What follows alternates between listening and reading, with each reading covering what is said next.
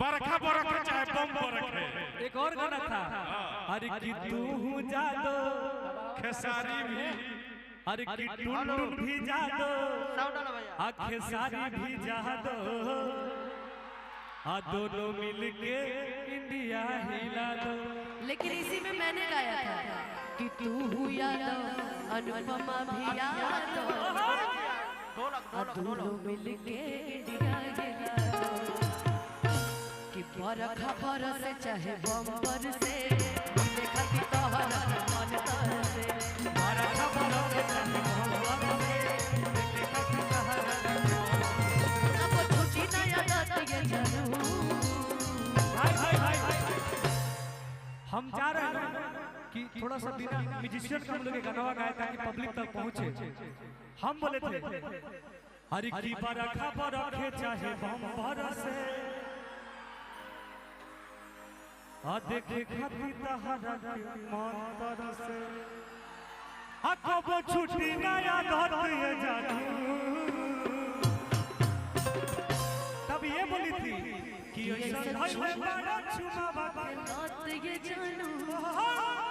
हम एक मिनट भैया, एक तो वैसे आवाज समझ में नहीं आ रही, एक मिनट रुक जाओ। मैंने कहा था टुनटुन जी से कि ऐसा चुमावा के धैले बाड़ा लते जानू, घरे आई जाला पुनी में भी जत ये जानू, घरे आई भाई गोलुआ भैया, अभी हम लोग को बात तो आपकी जरूरत नहीं है, 2 मिनट में रुक जाओ। अरे की बरखा बरखे चाहे बम बरखे, देखे खातिर तहरा के मन तरसे। बरखा बरसे चाहे बम बरसे, देखे खातिर तहरा के मन तरसे। कि ऐसा थैले बड़ा चुमावा के लते जानू। इस गाने में बड़ी पॉइंट की बात है कि ऐसा चुमावा के धैले बड़ा लते जानू, घरे आई जाला भूनी में भी जते जानू। एक वो वाला लाइन गा दीजिए। कौन? तुझे रूपवा के क्वीन ये सजनिया। हमारे राइटर ने 2025 में ठाना कि ओनली ऑन टुनटुन यादव। तो टुनटुन यादव और आप सबसे बता दें कि कल ही हम लोगों ने 2 गाने शूट किए हैं, स्टैंडर्ड लेवल के गाने हैं भाई। सिस्टम हैंग कर दे गाने के बाद। आप लोगों से मैं दुआ कर रहा हूँ कि आने के बाद हर जगह का भाई दिखेगा। लेकिन पहला वाला गाना हम सुना रहे हैं, लड़की बोल रही है हर किस्सा दिले जब बिंदिया लगिले मिस इंडिया, देवेला लोग डायमंड के री। किस्सा दिले जब बिंदिया लगिले मिस इंडिया, देवेला लोग डायमंड के री। अब हम कहले बारी अरे कि तुझे हो रूपवा के क्यों ले सजनिया, तो हम हई रुपया के तुझे।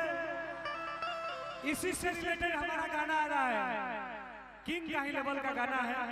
आने के बाद समझिए कि पूरा वो हाईवे जाम कर देगा, ऐसा गाना है। हर किस्सा टिले जब बिंदिया लगिले मिस इंडिया, देवेला लोग डायमंड के रे। साटिले जब बिंदिया लगिले मिस इंडिया, देवेला लोग डायमंड के रे। साटिले जब बिंदिया लगिले मिस इंडिया, देवेला लोग डायमंड के रे। अरे तुझे हो रूपवा के क्यों रे सदा, तो हम हई रुपया की हो तुझे। अरे तुझे हो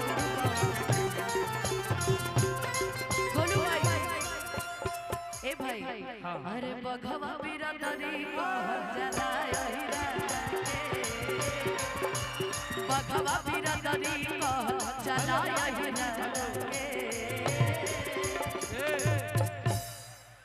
पंच से ना शुरू से अरे की नेता हो की विधायक हो, भाई भाई भाई भाई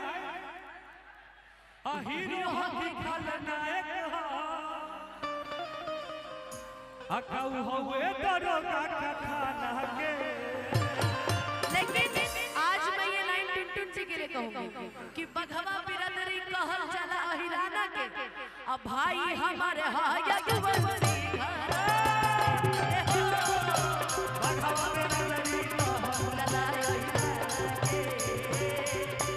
भाई हमारे ए भैया सुभाष भैया इधर आइए। ये लाइन टुनटुन जी के लिए नहीं, सुभाष भैया के लिए भी बोल सकते हैं। अरे कि चाचा हमार हवे जदुवंशी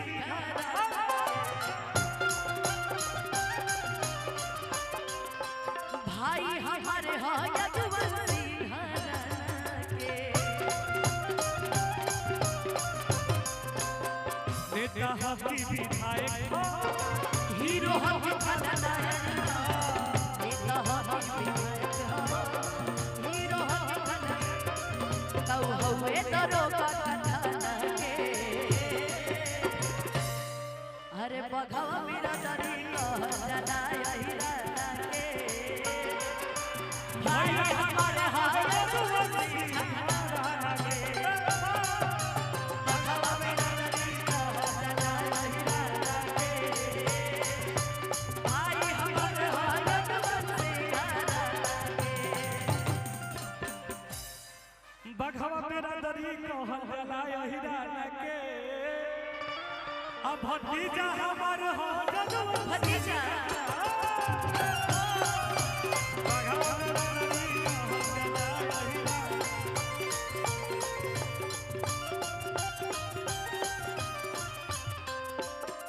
नेता हकी विधायक हीरो हकी खलनायक हीरो खलनायक काऊ हवे दरोगा कथाना के